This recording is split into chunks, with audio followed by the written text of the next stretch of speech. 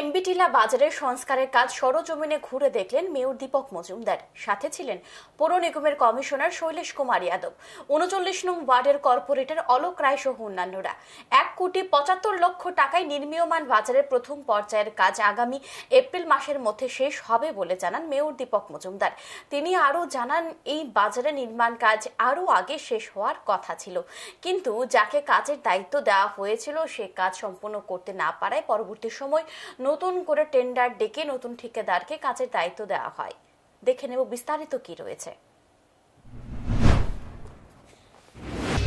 বহুদিন আগে একটা প্রোগ্রাম ছিল, কিন্তু যারা আগে দায়িত্বে নিয়েছিলেন যে ঠিকাদার সঠিক মতো কাজটা করতে না পারাতে পরবর্তী সময় আমাদের আধিকারিকরা অন্যভাবে ব্যবস্থা করে নতুনভাবে টেন্ডার করে আবার কাজটা শুরু হয়েছে।